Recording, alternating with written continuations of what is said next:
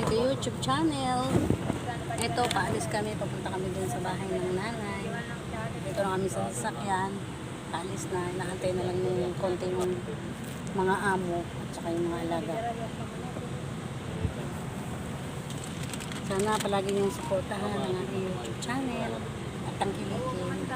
Thank you po sa mga nanonood ng aking YouTube channel. Sana po magtiwala at tangkilikin niyo ang aking mga videos. Salamat po. Salamat po ng marami.